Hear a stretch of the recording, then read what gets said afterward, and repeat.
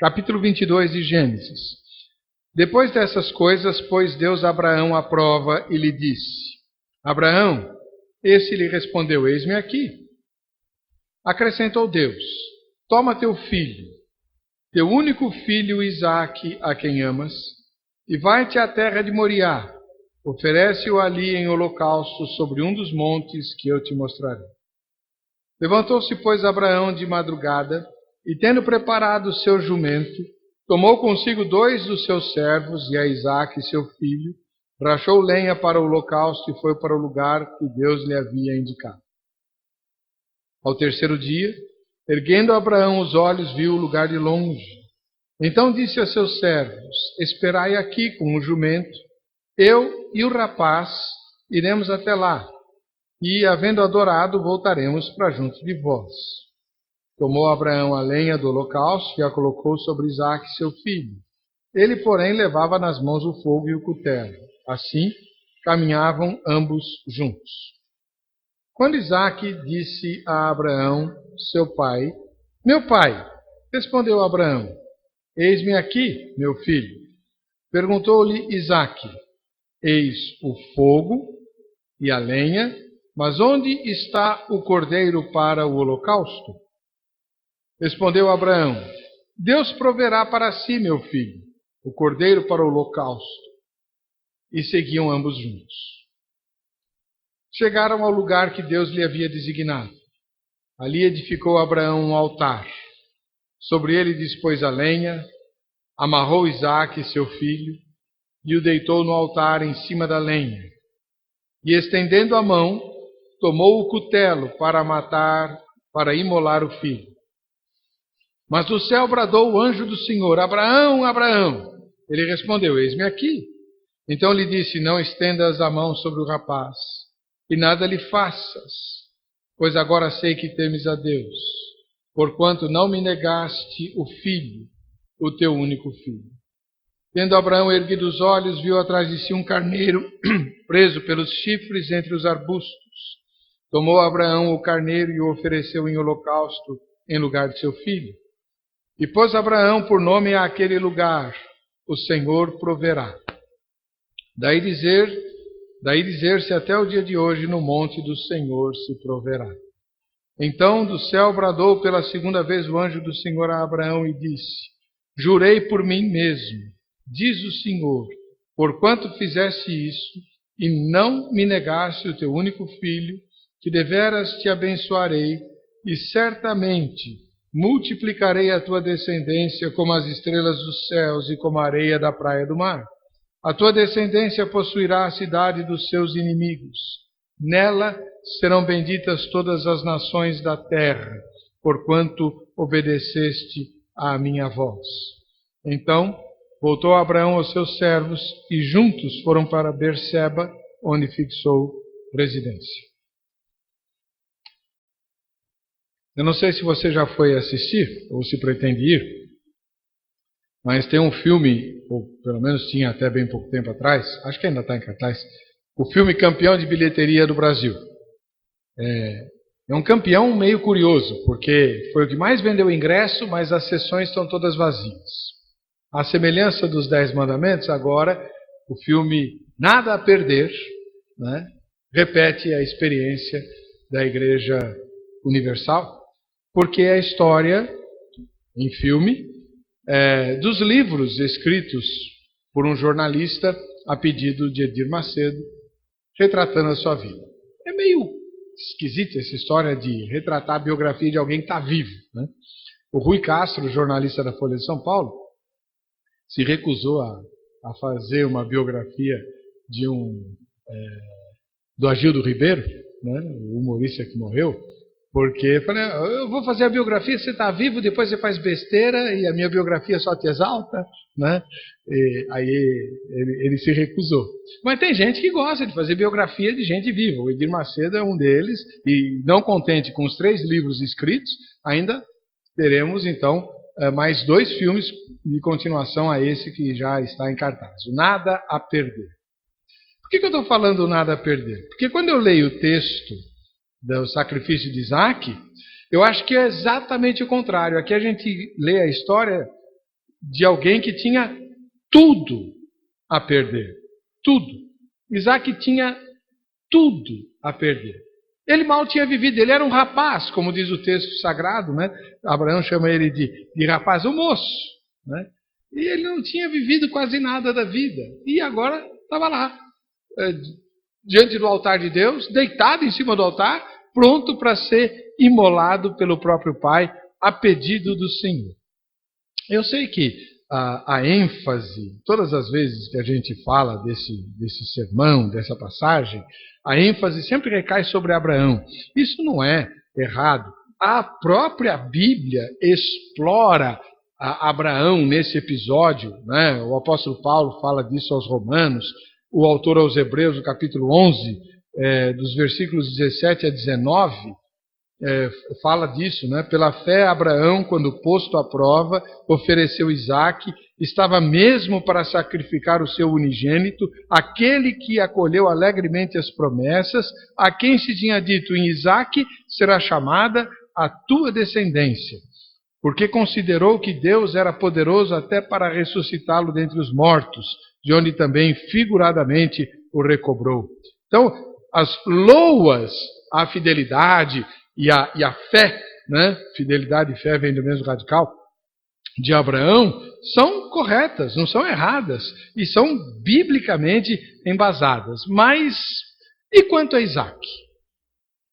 Você já pensou em como Isaac viu e viveu tudo isso? Versículo número 5 de Gênesis 22 diz que ele era um rapaz, moço ainda, né? Por mais que você possa considerar que a mocidade ia até mais tarde, né? Mas tudo bem, ele era um jovem. E Abraão o chamou para a morte. No versículo número 6 diz que ele carregava lenha, porque Abraão era idoso, né? Abraão já estava com mais de 100 anos. Se Isaac tivesse 20 anos nessa ocasião, Abraão estava com 120, porque Isaac nasceu quando Abraão tinha 100 anos, ele já era um rapaz. Se Isaac tinha mais de 20, Abraão tinha mais de 120 anos nessa ocasião.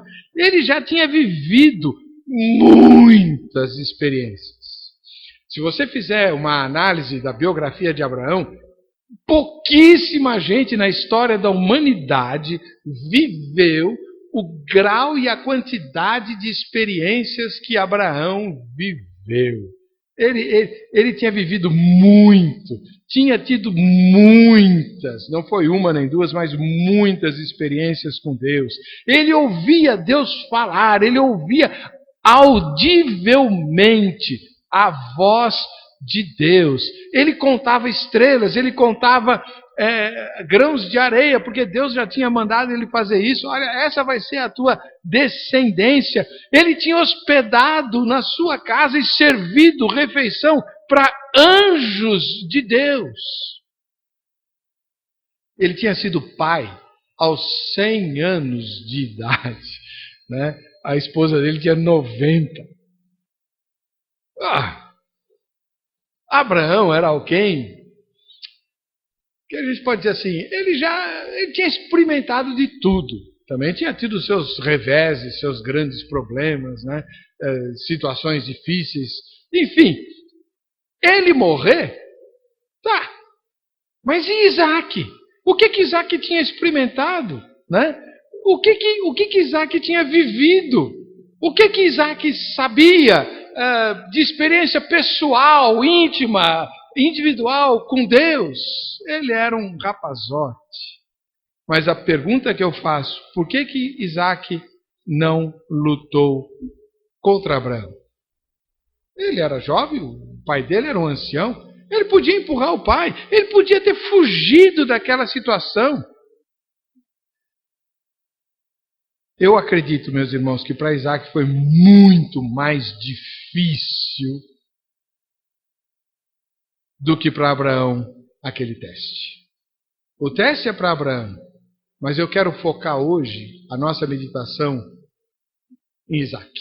O teste de Isaac, para ele, foi muito mais difícil. Afinal de contas, o texto mostra que Isaac deixou-se amarrar pelo pai e ele deitou no altar. Ele podia ter lutado contra o pai, podia ter fugido daquela situação, mas ele podia ter se rebelado como outro filho de Abraão, que era um tremendo de um rebelde. O próprio anjo fala isso, né? Ele parecia um jumento bravo, né? O Ismael. Mas não. Isaac renuncia à sua própria vida sem tê-la vivido e sem experimentar quase nada dela. Por quê? E outra pergunta: o que é que isso significa para mim e para você? Por que esse texto está na Bíblia? Qual a utilidade dele para a nossa vida de fé? Qual a relevância dele para a nossa caminhada com Deus? É isso que a gente quer descobrir. A primeira coisa que me vem à mente é que a obediência de Isaac é resultado da sua confiança em Deus. Sempre é assim. Quando alguém confia em Deus, obedece a Deus mesmo nas ordens mais absurdas que aparecerem, né?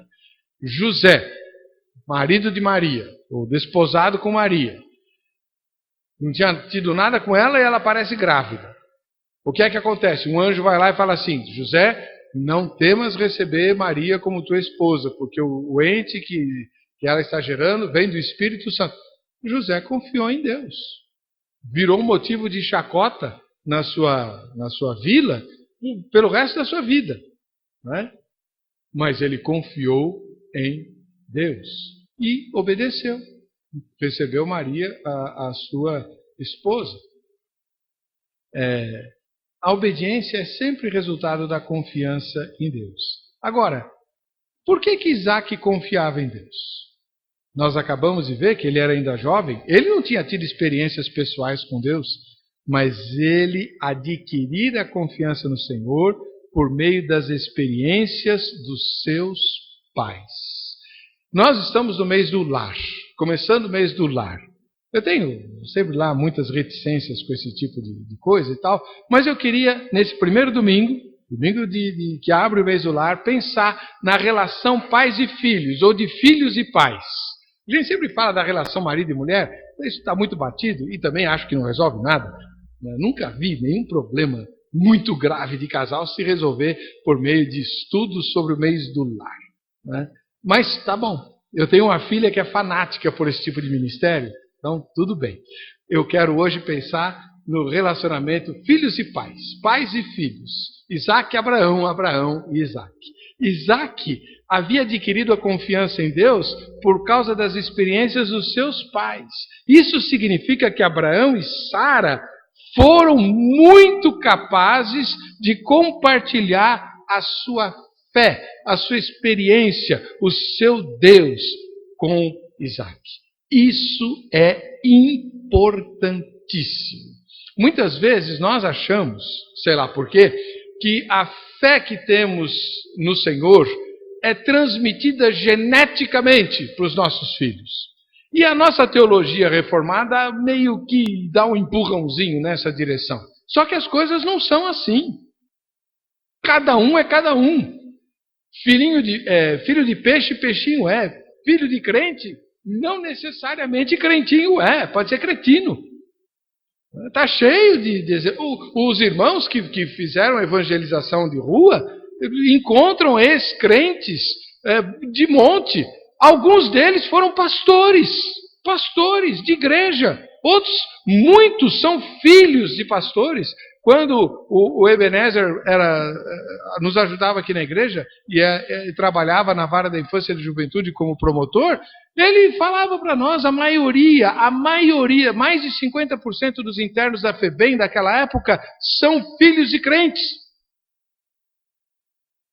Então nós temos falhado, como pais, em transmitir a nossa fé e a nossa experiência com Deus aos nossos filhos. Abraão e Sara não falharam. Deus era real para Isaac. Isaac jamais aceitaria passar por aquela experiência se ele não confiasse cegamente em Deus, no Deus do seu pai, no Deus de Abraão. Abraão e Sara conseguiram, eu não sei como, mas eles conseguiram fazer Isaac participar das experiências que eles haviam tido com Deus. Acredito que um dos meios de Abraão ter feito isso foi contando para Isaac, desde criancinha, como é que ele tinha sido prometido. Durante tantos anos, pelo menos 25 anos, Abraão esperou pelo cumprimento da promessa de Deus. 25 anos. 25 anos de 12 meses cada um, de 30 dias cada mês. Não é fácil, não é brincadeira. Cada dia com 24 horas. E Abraão, quando será que Deus vai cumprir a promessa? Quando será que vai acontecer? Como? Né? E as experiências que Deus dava a Abraão. Ele foi narrando isso para Isaac. Foi vivendo essas experiências juntamente com Isaac. Tanto é que quando ele convida Isaac para ir adorar, que é isso que ele fala, né, para os servos, para Sara, com certeza. Imagina que se Abraão chegasse, Sara, é o seguinte, eu tenho um compromisso aí, daqui 3 dias eu tenho que matar o nosso filho, mas eu volto para jantar. Né? Você imaginou? Ele é que não saía vivo de lá, né? Mas não saía mesmo. Não, ele diz, nós vamos adorar e vamos voltar. Ele diz isso para os servos, nós vamos adorar a Deus e vamos voltar. E ele convida Isaac para adorar e ele vai. Olha que bonito, que experiência maravilhosa, o pai chamando o filho para irem adorar sozinhos, juntos.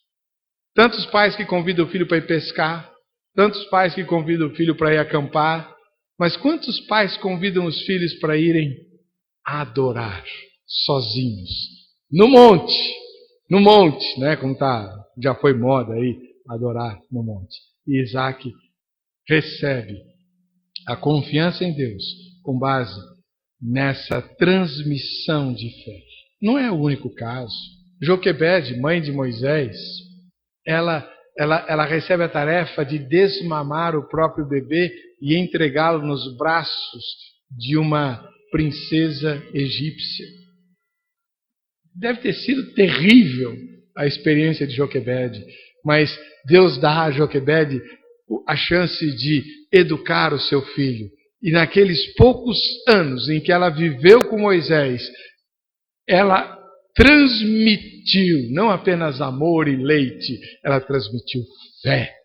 O livro de Hebreus, capítulo 11, diz que Moisés, quando já crescido, recusou ser chamado filho da filha de Faraó. Ele sabia quem ele era e ele sabia que havia um Deus diferente de Amon-Ra e de Nubis e de todos os outros deuses egípcios, o Deus de Israel. Segunda coisa que me chama a atenção é que Isaac, especialmente nesta experiência do sacrifício, Isaac sabia e comprovou que filho não é mais importante e nem maior do que Deus. Eu vou repetir. Isaac percebeu, ele já sabia, mas aqui ele tem uma prova de que Deus é muito mais importante e muito maior do que ele, filho, para o pai.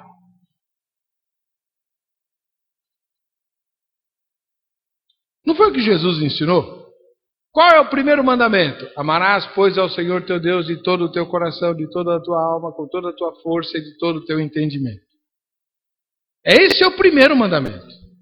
Mas quando a mãe gera um filho, qual é a coisa mais importante? Eu estou cansado de ver problema de casal depois que nasce o primeiro filho, porque o marido dança.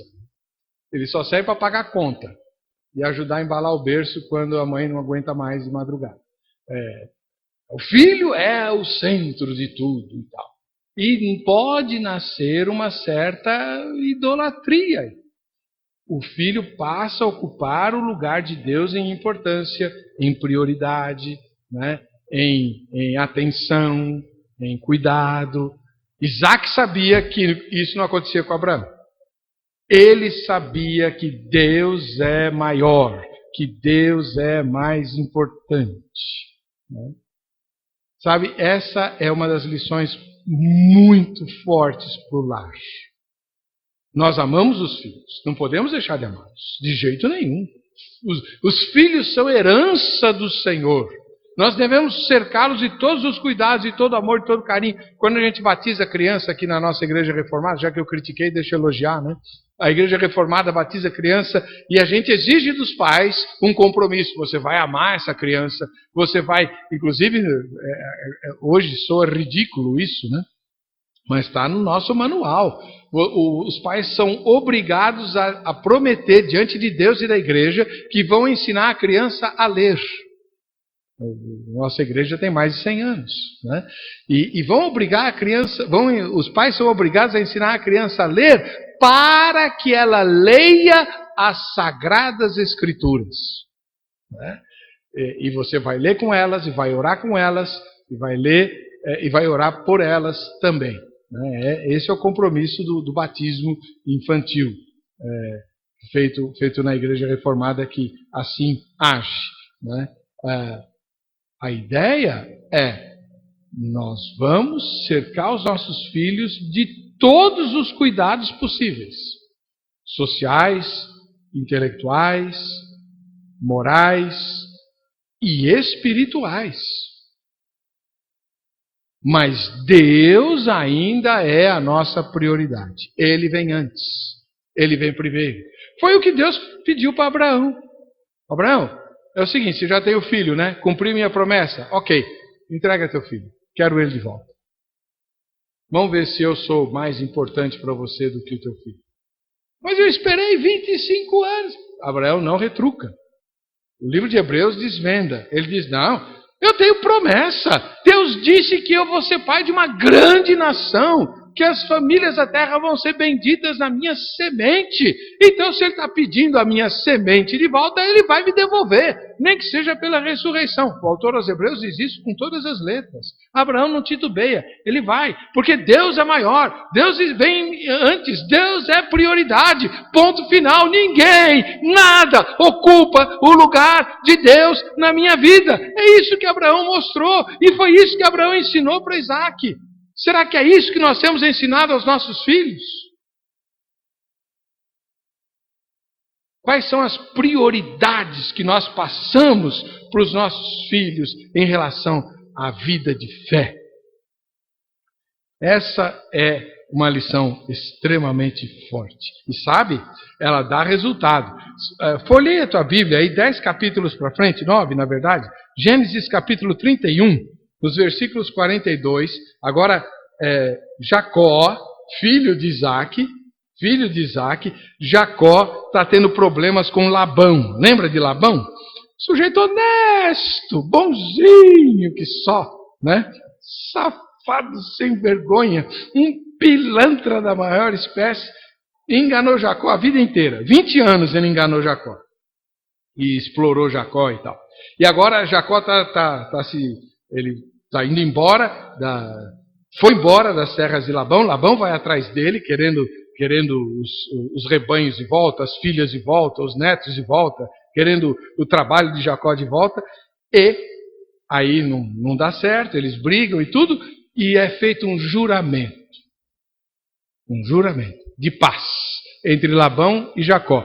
Capítulo 31 narra essa história, versículo 42 desse capítulo diz: se não fora o Deus de meu pai, lembra que Jacó é filho de Isaque, né? Se não for o Deus de meu pai, o Deus de Abraão e o temor de Isaque, por certo me despedirias agora de mãos vazias. É isso que Jacó diz. E ele chama o Deus de Isaque de o temor de Isaque. No versículo 53, agora é a vez de Labão falar. E Labão diz assim: o Deus de Abraão e o Deus de Naor, o Deus do pai deles, julgue entre nós. E jurou Jacó pelo temor de Isaque, seu pai. Eu acho lindo isso.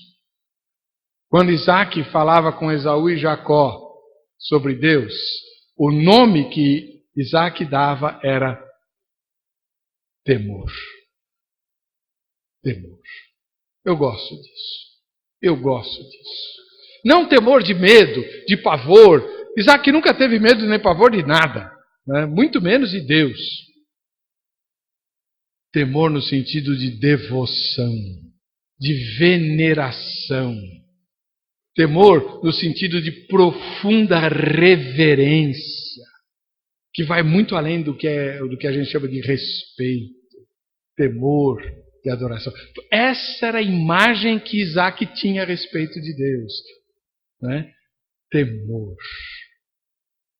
Quantas e quantas vezes nós agimos sem nenhum temor e sem nenhum pudor diante de Deus, ou nos referimos às coisas de Deus sem nenhum temor e sem nenhuma reverência diante dos nossos filhos. Como é que eles vão aprender a temer a Deus? Como é que eles vão aprender a ter reverência por Deus? Isaac aprendeu que ele era muito importante para o seu pai. A coisa mais preciosa que o pai tinha nessa vida. Mas Deus vinha antes. Deus era prioridade absoluta na vida de Abraão. Sabe, Isaac aprendeu na prática o que é temer e o que é adorar a Deus, né? Deus é a nossa maior e mais insubstituível prioridade. Isso a gente precisa ensinar para os nossos filhos. Eles não aprendem geneticamente e nem automaticamente. Eles aprendem olhando para o nosso exemplo. Jesus disse assim, olha, o Pai sabe de tudo que você precisa. Todas as suas necessidades estão patentes e claras diante do Senhor. Ele sabe até quantos fios de cabelo tem na tua cabeça. Eu gosto desse versículo, né? Muito legal. Pois bem, aí Jesus faz uma promessa maravilhosa. Nada disso vai faltar para vocês. Nada disso vai fazer falta para vocês. Tudo Deus vai suprir, desde que vocês busquem em primeiro lugar o reino de Deus e a sua justiça. O que Jesus está ensinando? Deus tem que ser prioridade. Se Ele não for prioridade, nós vamos padecer necessidade.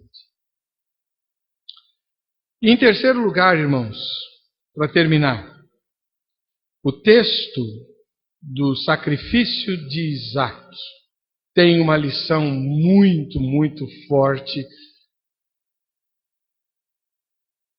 que é a seguinte: o que competia a Abraão fazer, ele fez. Obedeceu a Deus, preparou a caravana, levou Isaac até o Monte Moriá, edificou um altar. O texto diz que ele constrói um altar de pedras, põe a lenha sobre o altar, amarra o filho, deita o filho no altar e ergue o cutelo para sacrificar Isaac. O papel de Abraão é esse, ele cumpre. Mas a solução depende de Isaac. Isaac podia ter resistido, brigado com o pai, se rebelado, fugido, lutado. Ele podia ter... Isaac deixa-se deitar e sacrificar, né? Ora, tudo até aquele momento tinha girado em torno de Abraão. Mas Abraão não era mais a solução. A solução agora era Isaac. Dependia de Isaac a consecução do sacrifício. Não dependia mais de Abraão, né? Agora tudo dependia da postura de Isaac. Se ele lutasse contra o pai, se ele fugisse, se ele se rebelasse, nada teria acontecido. O sacrifício não teria acontecido. E a família da fé não seria a família de Abraão. Talvez eu e você não estaríamos aqui hoje. Já parou para pensar nisso? Tem um versículo em que Deus, depois da prova, quando Deus fala a segunda vez,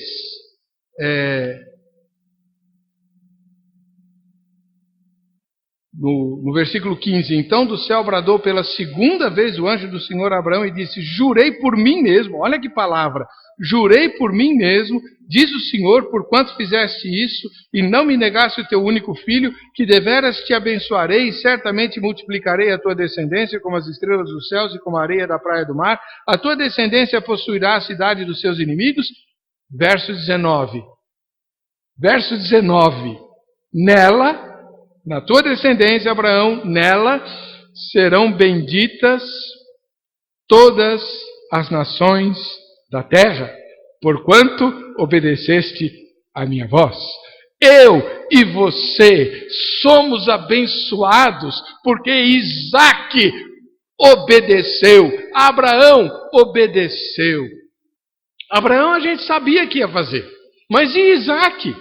O momento crucial do sacrifício dependia só de Isaque se render, só de Isaque permitir-se sacrificar-se no altar. Dependia dele que todas as famílias da terra fossem abençoadas na bênção de Abraão. E ele fez isso. Irmãos, há momentos em que tudo depende de nós, não dos outros. Há horas em que o sacrifício somos nós.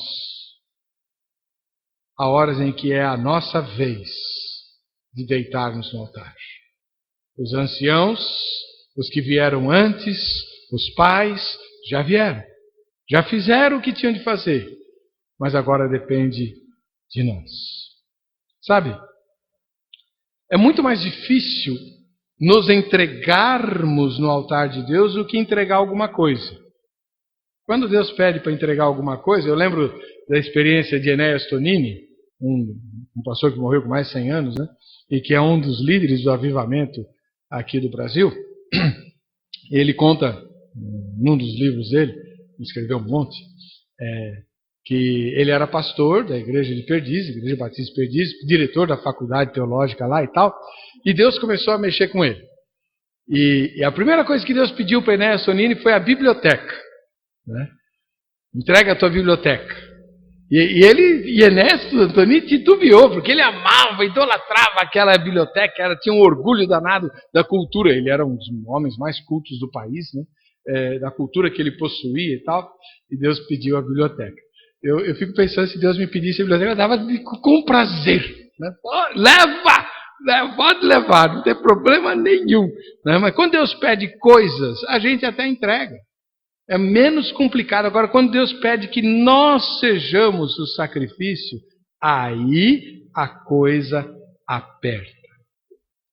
E o que é que Jesus pede de nós? Se alguém quer vir após mim, renuncie-se a si mesmo. Negue-se a si mesmo. Ai. Tome a sua cruz todos os dias.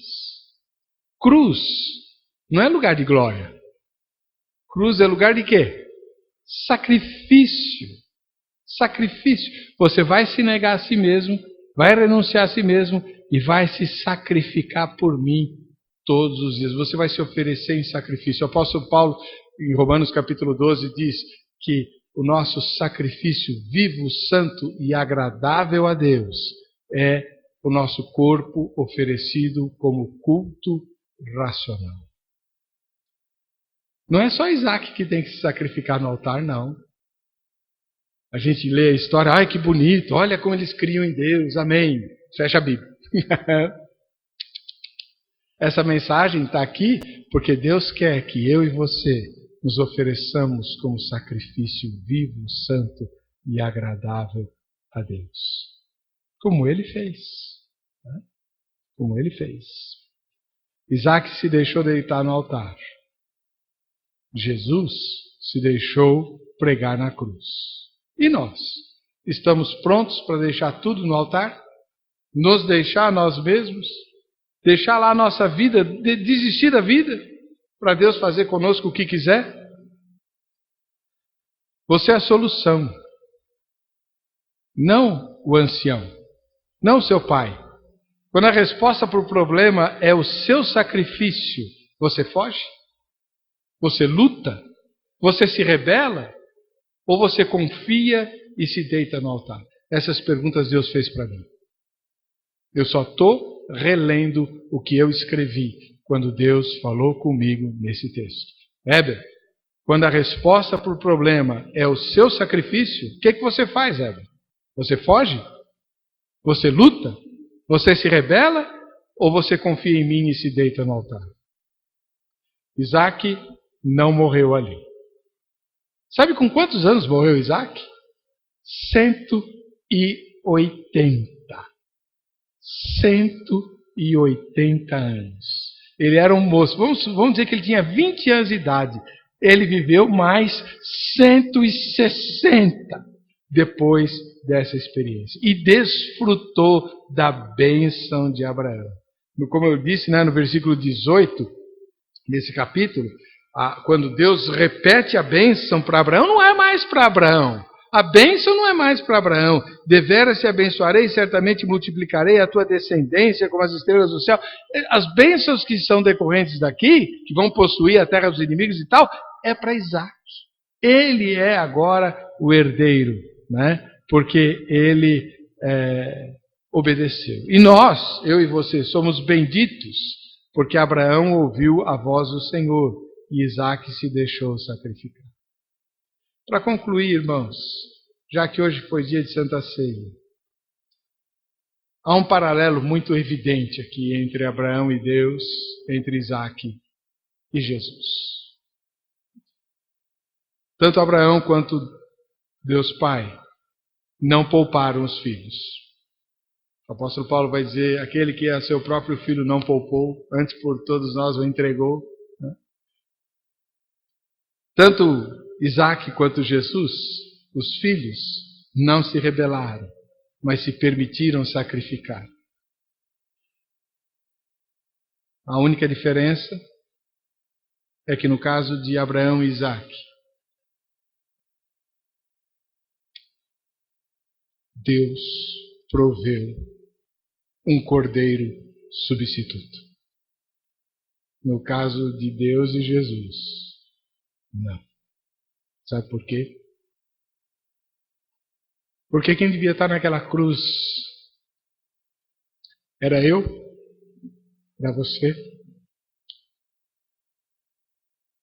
E na hora do diabo proclamar a nossa condenação por causa do nosso pecado, Deus bradou do céu e disse, para, eu tenho um cordeiro substituto. O meu filho toma o lugar dele na cruz. Foi isso que Deus fez por mim, por você e pelos nossos filhos. E o meu desafio nessa noite